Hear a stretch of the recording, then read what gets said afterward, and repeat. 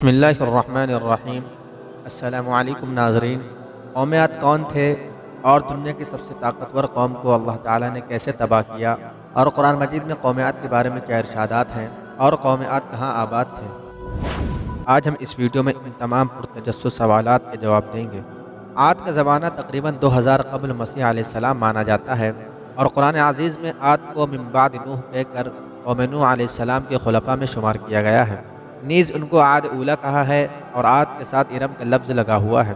عاد سرزمین احقاب میں رہتے تھے۔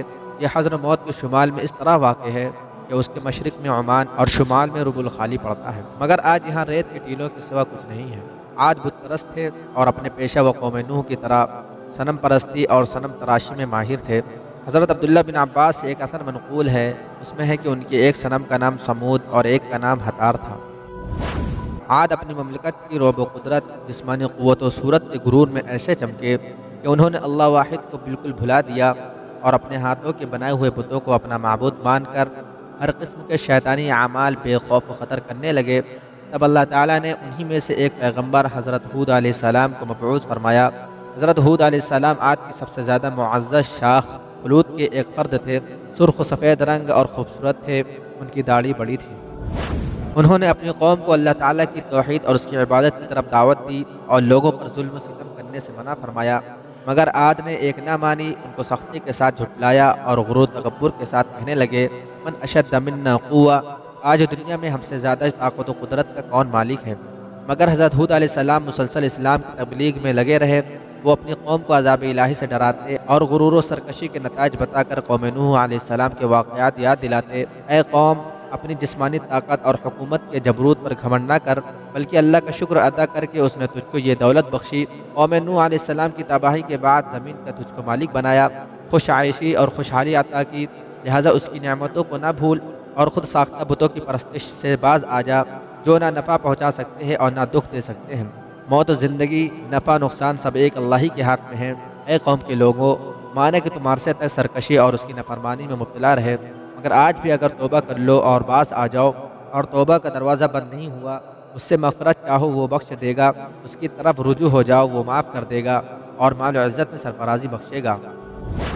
عاد کو حضرت ہود علیہ السلام کی وعظ و نصیحتیں سخت شاق گزرتی تھیں، اور وہ یہ نہیں برداشت کر سکتے تھے کہ ان کے خیالات، ان کے عقائد و اعمال، غرض ان کے کسی ارادے میں بھی کوئی شخص حامل ہو، ان کے لیے ناصح مشفق بنے۔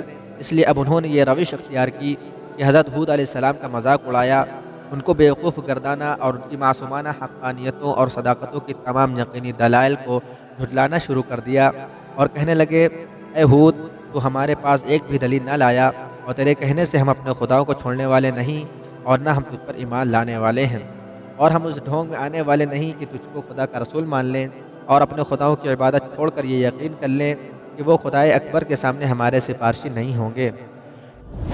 آخر حضرت ہود علیہ السلام نے ان کی مسلسل بغاوت و سرکشی کے خلاف یہ اعلان کر دیا، اگر عاد کا رویہ یہی رہا اور حق سے اعراض و روگردانی کی روش میں انہوں نے کوئی تبدیلی نہ کی اور میری نصیحتوں کو کان و دل سے نہ سنا، تو میں اگرچہ اپنی مفروضہ خدمت کے لیے ہر وقت چست و کمر اور باہمت ہوں، مگر ان کے لیے ہلاکت یقینی ہے۔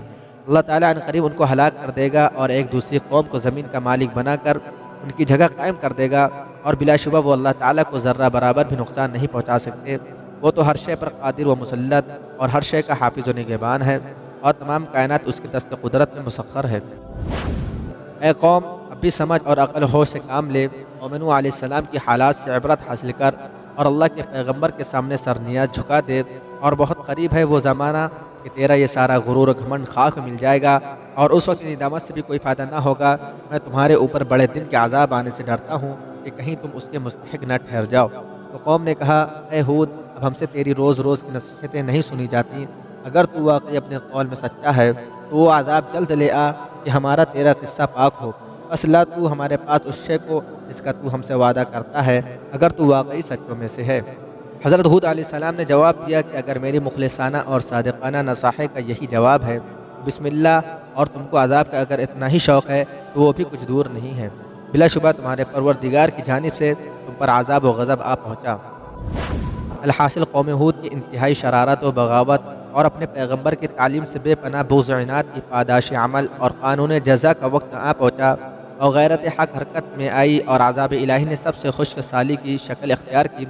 عاد سخت گھبرائے پریشان ہوئے اور عاجز و درماندہ نظر آنے لگے۔ حضرت ہود علیہ السلام کو جوش ہمدردی نے اکسایا اور مایوسی کے بعد پھر ایک مرتبہ ان کو سمجھایا کہ راہ حق اختیار کر لو، میری نصیحتوں پر ایمان لے آؤ، یہی نجات کی راہ ہے دنیا میں بھی اور آخرت میں بھی، ورنہ پچھتاؤ گے۔ لیکن بدبخت قوم پر کوئی اثر نہ ہوا بلکہ بغض و عناد اور دوبالا ہو گیا۔ تب ہولناک عذاب نے ان کو آ گھیرا۔ 8 دن اور 7 راتیں پیہم تیز و تند ہوا کے طوفان اٹھے اور ان کو اور ان کی آبادی کو تہ و بالا کر کے رکھ دیا۔ تنو مند اور قوی ہیکل انسان جو اپنی جسمانی قوتوں کی گھمنڈ میں سرمست سرکشی تھے، اس طرح بے حس و حرکت پڑے نظر آتے تھے جس طرح آندھی سے تناور درخت بے جان ہو کر گر جاتا ہے۔ غرض ان کو صفحہ ہستی سے مٹا دیا گیا تاکہ آنے والی نسلوں کے لیے عبرت بنے، اور دنیا و آخرت کی لعنت اور عذاب ان پر مسلط کر دیا گیا کہ وہ اس کے مستحق تھے۔ اور حضرت ہود علیہ السلام اور ان کی مخلص پیروان اسلام اللہ کی رحمت و نعمت میں عذاب الہی سے محفوظ رہے اور سرکش قوم کی سرکشی و بغاوت سے معمون ہو گئے۔ حضرت ہود علیہ السلام کی وفات۔ حضرت علی رضی اللہ عنہ سے ایک اثر منقول ہے کہ ان کی قبر حضرموت میں کثیف احمر یعنی سرخ ٹیلہ پر ہے اور اس کے سرحانے جھاؤ کا درخت کھڑا ہے۔ دیگر روایات کے مقابلے میں یہی روایت صحیح اور معقول معلوم ہوتی ہے کہ عاد کی بستیاں حضرموت کے قریب تھیں اور ان کی یعنی عاد کی تباہی کے بعد قریب ہی کی بستیوں میں حضرت ہود علیہ السلام نے قیام فرمایا ہوگا اور وہیں پیغام اجل کو لبیک کہا ہوگا۔